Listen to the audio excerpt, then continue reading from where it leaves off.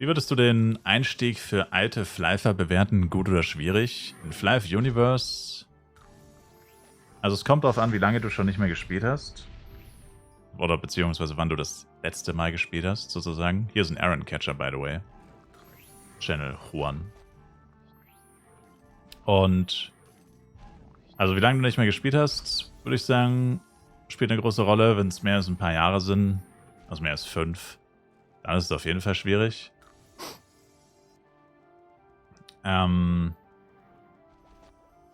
Eher schwierig. Also je länger du nicht mehr gespielt hast, desto schwieriger ist es, wieder reinzukommen. Und grundsätzlich, unabhängig davon, wie lange du nicht mehr gespielt hast, ist es auch recht schwierig, finde ich, weil das Spiel halt alles andere als anfängerfreundlich ist.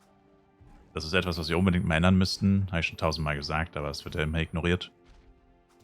Weil, wenn du jetzt anfängst, klassisch mit 2 Chars musst du anfangen, ein Main Character und ein Ringmaster, ist das Problem, dass du halt einfach nichts hast und das Spiel gibt dir eigentlich auch nicht wirklich was. Also das Einzige, was du wirklich am Anfang bekommst, ist so eine kleine Anfängerbox, wo fast nichts drin ist. Da sind ein paar Power-Ups drin, die je nach Klasse, die du dir aussuchst, sogar komplett irrelevant sind.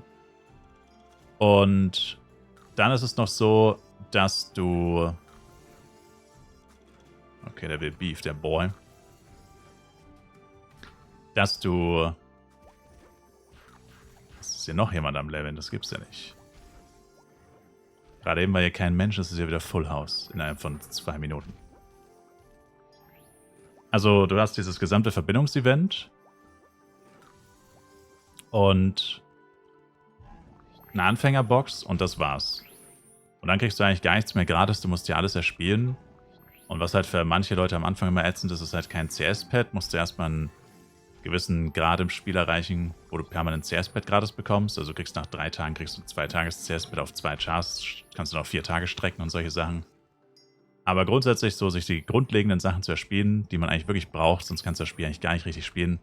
Wie zum Beispiel CS-Pad, wie zum Beispiel halbwegs gutes erstes Equipment-Set, mit dem man mal vernünftig leveln kann, Second Job Change erreichen und so. All diese Sachen dauern am Anfang ultra lange und sind relativ schwierig zu erreichen, also zumindest wenn du Free-to-Play bist, wenn du komplett neu von Null anfängst, weil das Spiel einfach so designt ist.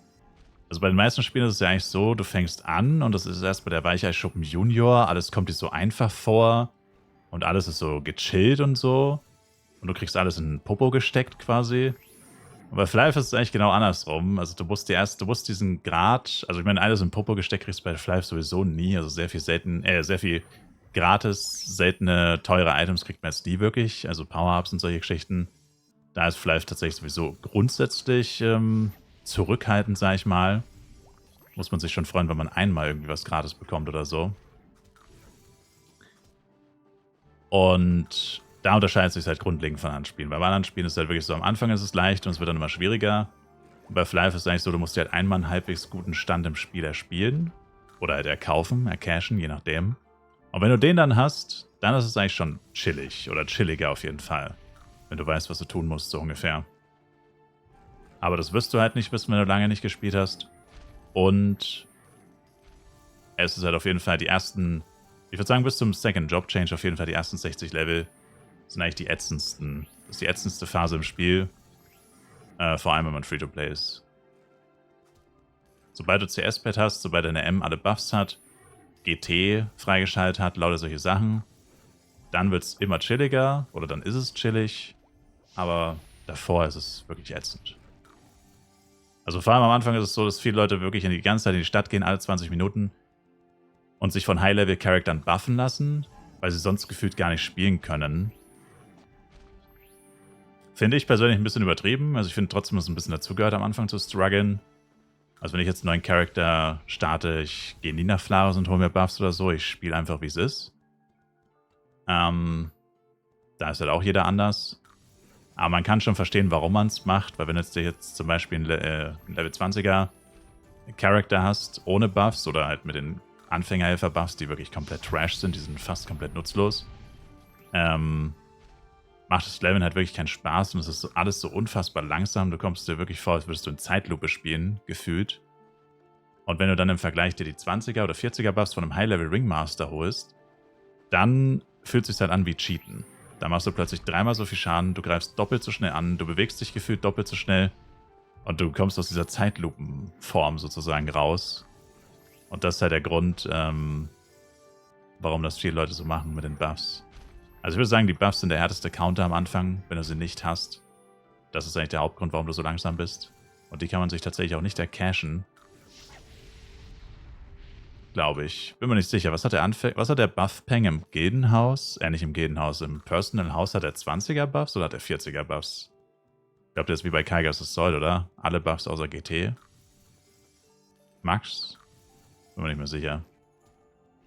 Aber das macht halt auch, also hat halt auch nicht jeder Lust, direkt so viel reinzucashen. Also so viel ist auch wieder übertrieben, aber ich glaube, da bist du schon bei mindestens 1000 F-Coin kosten Haus. NPC, und dann bist du auf jeden Fall schon bei einem 10er CS-Pad, schon bei 20, lauter solche Sachen. Aber das mit dem Reincashen für Buffs wahrscheinlich auch ein bisschen übertrieben. Dann doch lieber nach Flowers gehen und nach Buffs betteln alle 20 Minuten. Gibt es noch Events, wo man auch als Low-Level mal fett looten kann? Nein. Es gibt generell kaum bis keine Events, wo man fett looten kann. Und vor allem nicht im Low-Level. Oft ist es sogar so, dass alle Chars unter Level 80 deutlich schlechtere Belohnungen bekommen im Low-Level. Und erst ab Level 80 kriegt man die besseren Belohnungen. So ist es sogar. Also ganz im Gegenteil. Die Fly of Universe Events, die musst du dir ganz anders vorstellen als die Fly of PC Events. Die sind. Fly of Universe Events sind ganz anders und meistens nicht auf Masse ausgelegt. Die sind stark begrenzt, was man sich da erspielen kann. Meistens. Und ja. Also ich finde sie meistens ziemlich schlecht, um ehrlich zu sein. So 1-2 Events pro Jahr, die richtig gut sind. Dann gibt es ein paar mittelmäßige und dann gibt es einige sehr schlechte.